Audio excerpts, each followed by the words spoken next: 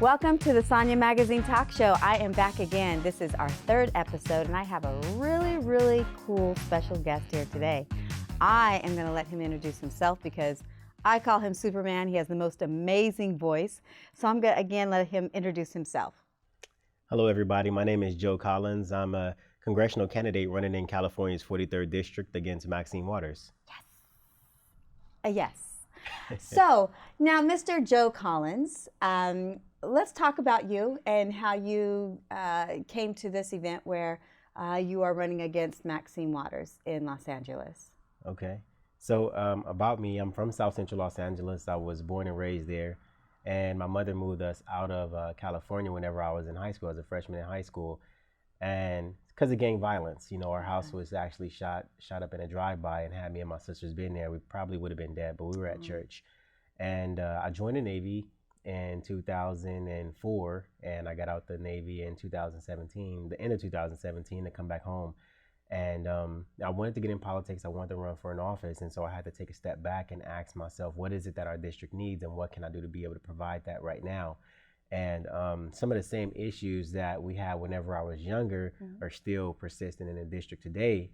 And it's a reflection of the leadership, and the person who represents that district is Maxine Waters. And so I had to tell myself, you know what, it's time for her to go. And we launched our campaign in 2019, July, and we've been rocking and rolling ever since. Oh, I'm glad to hear that. That's amazing. Now, with this campaign, I know that we talked a little bit about it. You said that it's doing really well. Tell us how that is. Okay. So me being a Black Republican, that's the hardest challenge I had to face, especially being a Black Republican in South Central Los Angeles. But with me being from that area, you know, it kind of opened up people's eyes to the fact that you really don't have to be a Democrat or follow the Democratic practices or policies. A lot of people who live in a district are actually conservative by nature, just based on pure Christian values. So I get a lot of positive support, a lot of positive feedback from people in the community, and they tell me, you know what, I probably don't like President Trump, but I'm going to vote for you because I like you, you know. And we've raised almost $1 million. We're at $900,000 funds raised. Beautiful. And so that's been a blessing as well. We have a great team. And one of the things that has helped me a lot is we've already started to work in the district as if I was already in Congress. So whereas you see a lot of people campaigning on things that they want to do or promises, I'm actually campaigning on things that I'm actually doing in the district already, which makes it a lot easier. Wow, that is absolutely wonderful. What are one of the things? Are you able to share a little bit about that? Okay, one of the biggest programs that I'm really excited about is you know, I got connected with the organization called the Hidden Pioneers, and we put this package together, and it got sponsored by NASA, so we can put it into the high schools to bring STEM programs back to the high schools and STEM jobs back to the communities. Now, this program gives students, high school and college students, an opportunity to get an internship at NASA for the summertime if they qualify. The qualifications are you have to be a United States citizen, you have to be at least 16 and maintain a 2.8 GPA. And if you qualify for that, then we can get you an internship at NASA. And it also gives you a pipeline to get a career at NASA, or, you know, possibly join the Space Force, which is pretty neat. But I think this is one thing that I'm very proud about. Oh, most definitely. Do you think I could pass for 16? I think I kind of want to join it. Okay, so now you said what the unfortunate incident that a drive-by happened when you were smaller. And by blessings, you were in church. Tell me about the church and how that is that a foundation for you as well? And how does that play a part in who you are today? Absolutely. The church was definitely a foundation for me. And the reason why is because it was my grandfather's church. So I couldn't get away from it even if I wanted to. And we live right next door to the church. So oh, that's amazing. And so it was either I was at home at school or at church. Even if I hung out in the neighborhood, they know that's Bishop Collins' son, grandson. And so church is my foundation. That's pretty much who I am, who my entire family is. Wow. Church. So. Now, I'm going to get off topic just a little bit because you kind of reminded me something. Growing up, I would go visit my relatives in Georgia, in Conyers, Georgia. Their last name were Collins, by the way. Oh, really? And the church was right there on my mother's ground, so it was like on her property, Uh-huh. and the church was dedicated to her as well. So we couldn't miss a beat of church either. I just had to Yeah. slide that in. So when you said, "Wow," so I don't know, we might be related. I don't know. Let's Maybe. see. Maybe. So okay. So getting back to Uh-huh. Mr. Joe Collins, aka Superman, and who is running against Maxine Waters, 43rd District. Exactly. This the program title again that you were working with. It's the Hidden Pioneers. Hidden Pioneers. Hidden Pioneers. And then how did you get involved with that? And what made you get involved with that? You know what? It's the same way I get involved with a lot of things that I'm involved in right now. People know I'm somebody who can make something happen, and so they call me, hey, Mr. Collins, or hey, Joe, I need you to help me with this project. And I'm like, okay, let's do it. And I have yet to turn someone down on a project that's positive. I even have a buddy of mine who created an entrepreneurship program, and we were able to get it approved by CTE and the school board, and we're actually putting that into the high schools as well as a curriculum to teach young adults or young people how to start their own businesses. Because we have a huge homeless student population in Los Angeles, so in order to remedy that, we can teach students how to build their own businesses. So let me ask you a question. How long has this the student homeless population been growing? Do you see it as manifested more recently, or how do you feel? So the homeless population has been growing tremendously since 2008. So it's not something new. The homeless student problem has been manifesting since about 2016. And the reason why are the policies that the Democrats in California are pushing, especially when it comes to taxes. They're driving small businesses and major corporations out of California because of taxes, and so a lot of people they can't get jobs, but the children, they still have to go to school, and so you see the parents and the kids living in the cars and the vehicles on the streets or what have you, but they still have to go to school because the law says if you're under 18 you have to be in class at least 8 or 9 hours a day. But this is a problem that our representatives should be solving. Instead they're trying to impeach the president. Do other things. Anything but helping the communities Exactly. is definitely a visible to see. Mm-hmm. That's really heartbreaking, very heartbreaking to hear. So what are some of the steps that you would take? I know with please say the name again, I'm sorry, the program. I am so sorry. The Hidden Pioneers. The Hidden Pioneers. I got it this time. The Hidden Pioneers. It's early for me. So the Hidden Pioneers. We have that program. So what do you, as a congressman for the 43rd District, what are your goals? What are your ideals in changing this community around? How can we help the homeless problem and especially students? I mean, man, I have a soft spot for kids, and I hate to see that. So how can we help you and get all this going? Well, my goals for the district are, I want to bring quality jobs back to the district. I want to rebuild the infrastructure to support the expansion of housing and small businesses. I want to utilize the opportunity zones that the president signed into law in order to bring major corporations back to South Los Angeles. I want to rebuild the relationship between the communities and the law enforcement so we can get community policing going. And I also want to try to teach people in the district how to build wealth, how to build generational wealth. And I think that financial literacy is something that we need in the district as well.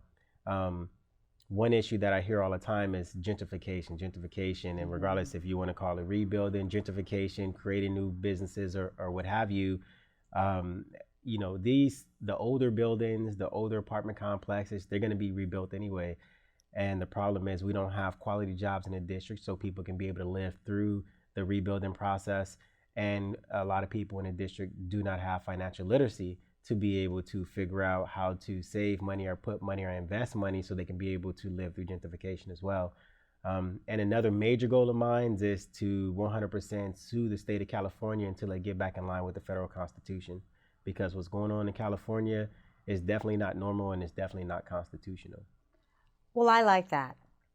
I actually really like that. In fact, I was just kind of saying that as well all over social media. We need to sue. Okay, so with that in mind, are other people able to get involved and help support that action in suing the state of California? You know what? I'm not 100% certain if people can get involved. What people need to do is they need to start voting for representatives who have a genuine interest in seeing the people of California thrive, not illegal immigrants, the actual citizens of California thrive. And so we have to start, we have to get out of our comfort zone of voting for people who we know, especially when we know they're not doing anything. And the way you know that your representative isn't doing anything is you take a drive down your street, you take a drive down the inner cities, you take a drive down the poor neighborhoods of the cities, the underserved parts of the cities, and that shows what your representative is actually doing, right? So we have, Maxine Waters, right, represents the 43rd district currently, and she has a very nice house. She's not struggling for anything. She has helped her family get rich through her position in office. And you look at the district and what we have, people are struggling to make ends meet. We still have bars on our windows. Gangs are very prevalent. We don't have jobs. We don't have opportunities. And that's a direct reflection of the leadership of the person who's supposed to be representing your community. And so we have to get out of a comfort zone for voting for the people just because we know them or just because they're saying things that we like. We need representatives who are going to provide action and opportunities. And that's the biggest thing that people can do right now. Vote for a different person, and if you don't like what the new guy is doing, vote the old person back or find someone else. But you cannot keep doing the same thing over and over and over again, expecting different results. So a lot of times I find that people, exactly, that they vote for people who they know. There was a movie about that a long time ago. I think Eddie Murphy was in it. It was like, you just be known. Yeah. And how sad that is very true.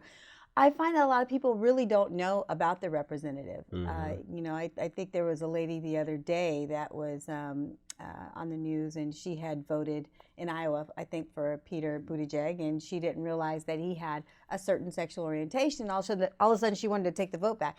But a lot of people just don't know about how do you encourage people to find out? How are they going to find out? A lot of times, even for me, I think I'm kind of speaking for everybody that's kind of like on my side of the street here.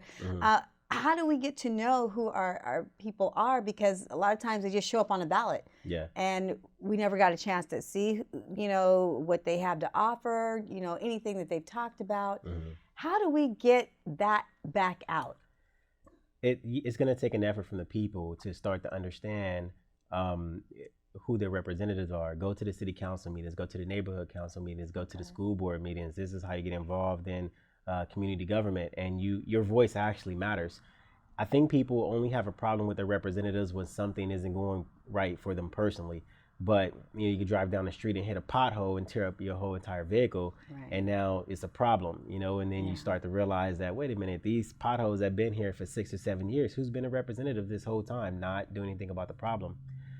Like in my city, we have a huge crime problem and a homelessness problem, and then you start to do the research and you have to look, okay, so this has been going on for this amount of years. Who's that representative? And you see what that person is doing. But I think people need to have a genuine interest in what's going on in government, which is, in my opinion, a good thing that we have President Trump in office right now that's stirring the pot and making everyone start to look at their representatives. Right, absolutely. So now, I have a question, so you can explain it to me. We have a governor that's in office. You are a great fit for the 43rd district, taking over her position. I definitely am looking forward to that. Will there be any type of friction in you trying to rebuild Los Angeles that the governor will try to hold you back on? I'm not 100% certain, but I will tell you this. It's not going to be anybody that's going to stop me from rebuilding my district. It's not going to happen. It could be the governor, it could be the president, it could be anybody. It's just not going to happen. I love it. Wow, that's really good. I really am happy to hear that. I think we need a voice. We need someone that's going to be out there and fighting, for the people. And my goodness, they definitely need you. So I think they're hearing you as well. They should. Definitely. So tell me about the campaigns, some of the campaigns that you've been doing, and some of the responses you are getting. Okay. So when it comes to the campaign, it's funny. We have a lot of times where we're nervous and we're thinking about the outcome of some type of event that we're going to go to, but the outcomes are always positive. You still have people who boo because I'm a Republican, but overall, it always comes out positive, and I'm bold with what I believe in, and a lot of people like that. I was at the coalition of 100 women, and they had a candidates forum, And, I told my platform what I believe in and what I want to do for the community and what our representatives hasn't been doing in conjunction with what I am doing right now. And a lady kept yelling, "Are you a registered Republican?" And I told her, I was like, I am a bona fide registered proud Black Republican. I believe that we can build our own communities without the interference of the government. I'm pro-life. I told them I support our president, and that's just what it is. And they was like, they went crazy cheering and everything. Wow. So it's always a good moment. And then another funny thing is somebody sent me a Trump Pence sign to my office, and it says Trump Pence 2020, and it had their faces on the back. Wow. And I don't drive anymore because someone messed with my truck, and so I'm like either on foot patrol or I have a car. And they sent it to me. I went to go pick it up that morning, and then it was one of the days I have to go walk the district. And so I'm walking the district. I'm going to the bank, going to the store with this big, Trump Pence 2020 sign. And I was just Awesome. like, Jesus Christ, I'm in South Los Angeles. They like me. They don't like the president. But you know what? I didn't get a lot of slack for it. People were like, hey, that's pretty good, because he does a lot of great things for the Black community. And I think a lot of people are starting to understand that. They're starting to appreciate it. I remember I was talking to two young men about it, and they was like, why you like the president? And I was like, because. I was like, he's done a lot for our communities. Oh, really? What has he done? I'm like, well, first of all, he has opportunity zones. I see all these nice restaurants that you're eating at. We were in Hawthorne. I said, these wasn't here not too long ago. I said, but because the president created the opportunity zones, people are able to put money and build businesses so you can, come out here and do your job, and you can come out here and enjoy things. I said, these are for the inner cities that has been left behind are underrepresented for a long time. And I said, he just funded HBCUs permanently, historical Black colleges and universities. I said, you might end up at an HBCU college. And I told him, I said, he created more jobs. I said, so if your parents work, you know what? It's probably because of him. I said, he's done a lot for us. I said, but you have to look into it yourself and stop listening to what you hear on the news, because some of that stuff is not accurate. Absolutely. You just hit a key thing when you tell them to research for themselves. Mm-hmm. And I find when I have speaking to people that are Democrat, or they think they are, a lot of them are just, waiting for the information to come to them. And so they go to the quickest source, which is mainstream media, Exactly. Or maybe their communities that already think that way. And sometimes it's a comfort zone. I kind of feel like it's easy. They don't have to think as hard. And if it goes against with what they've been taught somehow, it kind of angers them. Yeah. And I've seen a lot of people, again, that you have, I always say, baptized in the blood of being a Democrat, just because of the color of their skin, and then they fight for it. I had mentioned the other day, just kind of talking, I remember when the entertainment industry, they were just all up in roar, oh, we're not getting, fair justice, we're not doing this or not that, they're all screaming about the injustice of not getting the awards, and I'm thinking, well, who runs the entertainment industry? It's Democrats. So, exactly. So you're now telling your industry, the leaders in your industry, they're racist, but then when it comes up to Trump, you go support those same people that you're saying it's just like, wait, are you guys even thinking here? So a lot of it just seems like they've been programmed, maybe even from childhood, I don't know, to just say, hey, whatever they're feeding me, this is how I'm going to go. And we're taught, it's almost like a gang, Once you join that Democrat Party, it's like you check in, but you can't check out. Pretty much. And if you do, they're going to put everybody else on you. Yeah. I think one of the biggest things people don't understand is that Black people barely just started going to the Democratic Party not too long ago. And that's because they give a lot of handouts, right? But you accept the handouts in return for being oppressed. You can tell by the conditions of our communities. And they don't understand, they don't know that the Republican Party was actually started by Black people to end slavery, right? And so even if people say, oh, the Republican Party is for rich white man, it's like, okay, whatever, we need to get back to where we were before, because the Republican Party was created for Black people. The Democratic Party was created to keep you in slavery, keep you in bondage, keep you oppressed, keep your voices silent. And that's exactly what's going on right now. And I tell people all the time, I say, the objective of the Democratic Party has never changed. The only thing that's changed is the way the game is played. Absolutely. Yeah, it's really disheartening to see especially some of the elitists and that are Black and even have made it, so to speak, financially. But I kind of always look like, if you don't really have it intellectually and you really understand the common ground and the common good for everyone, you haven't made it exactly. But it's really disheartening for them to carry on and continue to preach to a community of people that really need to believe in themselves. They believe in themselves enough to make it, and all of a sudden they tell you, oh yeah, no, you can't. It's really kind of amazing. But I think we're going to be going to a break, and you are just a delight to have here. Absolutely wonderful, Mr. Superman, Joe Collins. Thank you. Running for 43rd District Congress against Maxine Waters, and we'll be back in a few minutes.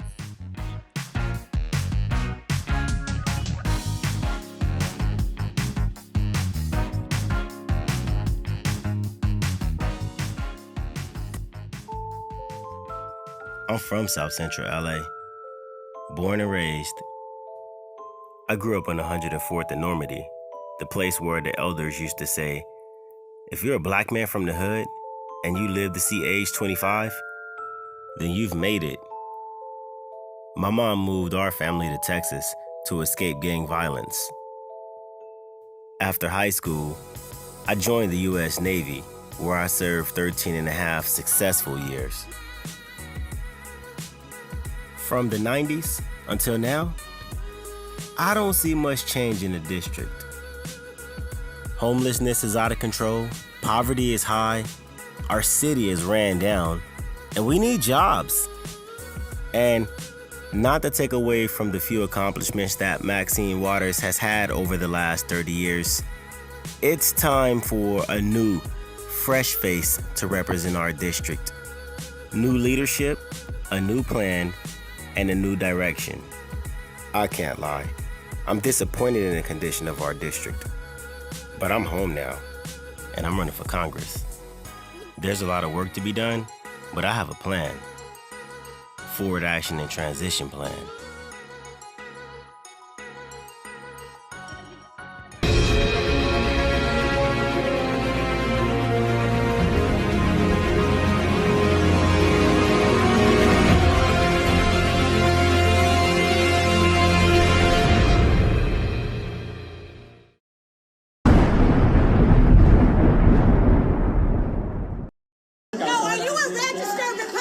I am a bona fide, registered, proud Black Republican. I have conservative values. I believe that we should be able to create our own jobs in our own communities without interference from the government. I believe that we should have our own religious rights for our religious freedoms, and I stand by that. I stand by our president. That's just how it is.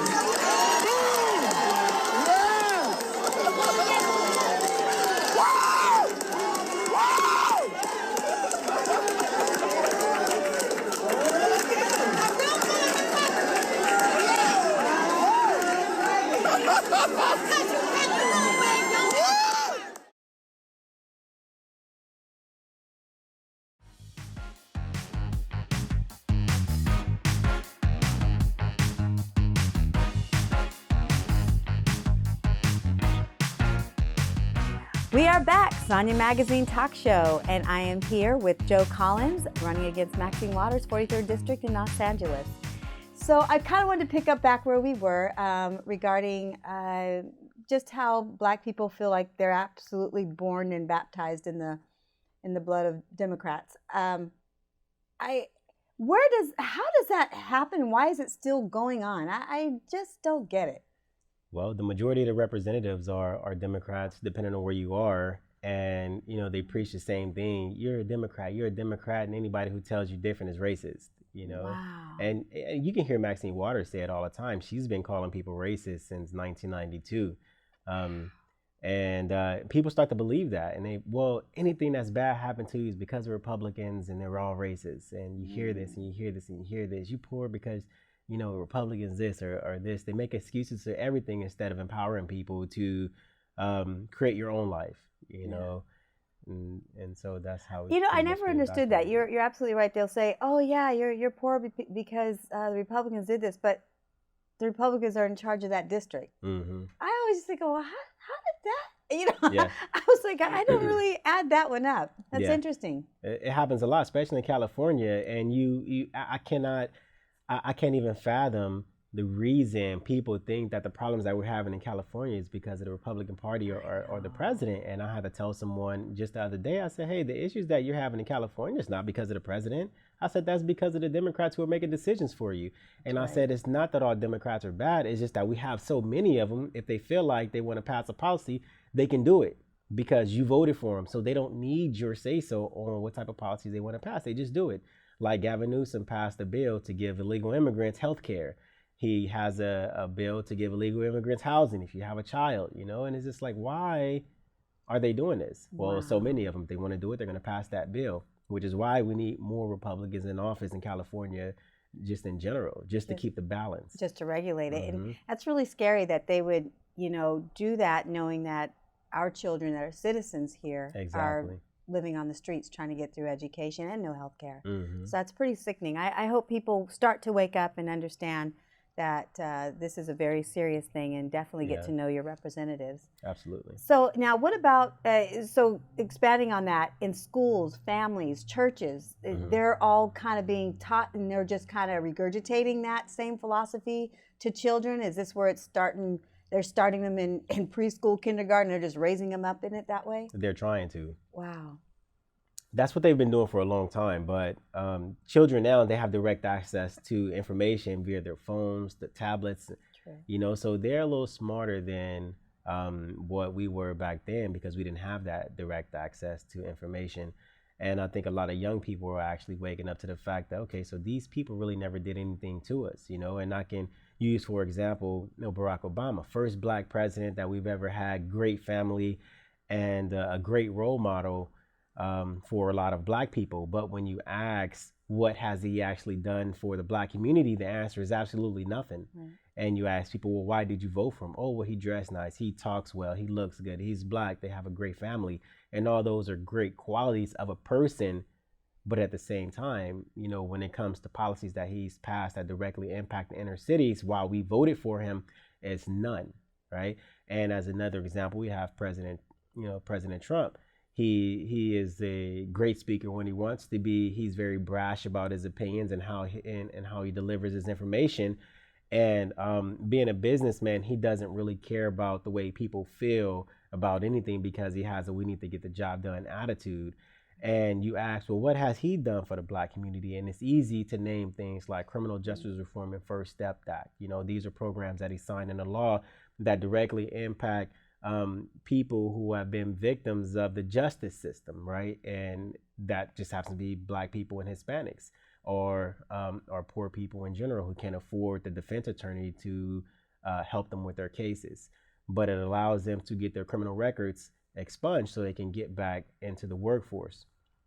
You talk about the opportunity zones, billions of dollars into inner cities to help rebuild the inner cities that have been underserved or underrepresented for years, you know. And then we have the funding of the HBCUs, which I talked about earlier, permanently funding black historical colleges, making it easier for black people or Hispanics or Asians to be able to create businesses in a time like this. Being able to allow us to invest in the United States or international markets so we can build our wealth, our investment portfolios. You know, these are things that he's doing for us, especially for women. Lowest woman unemployment, you know, lowest black woman unemployment, lowest Asian woman unemployment, lowest Hispanic woman unemployment. And so these are direct, you know, this is because of the president. Right, absolutely. You know, so how is it that, excuse me, with all of these things that he is doing, how is it that so many black people feel like he hasn't done anything? There was actually a lady that is black that said, at State of the Union, he's using black people as propaganda. Anything that he seems to be doing good, even though it's across the spectrum, it doesn't matter color, race, culture, or anything. They always have this negative connotation. It could have even been two black people he recognized. Oh, he's using blacks, but they forget the fact that the Hispanic were there, or, you know, obviously white people and everything else. And I just find that so silly and just amazing that they just absolutely see nothing but negativity. How is that when it's obvious in my mind that he's done so much, and he's just going to keep doing. He shoots from the hip, and he's just going to keep doing what he's doing, and our economy is a testimony to it. So go ahead. We have a lot of misinformation on TV, and the majority of the misinformation is all opinionated. And so when you force your opinion on somebody and they hear it over and over and over again, you start to take their opinion on as your own opinion, regardless of what your rationale is telling you.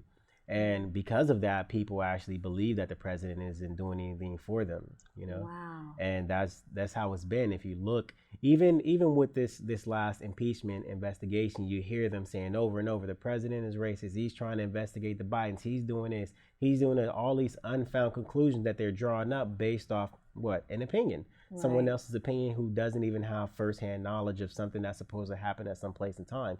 And so these are the opinions that are being forced on people who only hear this all day through the radio, through the news, through the talk shows. And so that's all they hear. The president is not doing anything for you. And they actually start to believe this because they don't listen to anything outside. They don't research. They don't read. They don't actually see what's going on. You know? And it's terrible when we go back to our own communities and we hear them saying the president isn't doing anything for you. You've been representing this area for 30 years. You're not doing anything for us. The president's been in office 3 years. So even if he isn't doing anything for us, you've been not doing anything for us longer than he has. You know, so you have to go. Absolutely. So what would you say, or how would you try to encourage your community to be more open-minded? I know they're receiving you well now, but you know, even maybe more people even waking up just to kind of see the light. Well, I'll say this.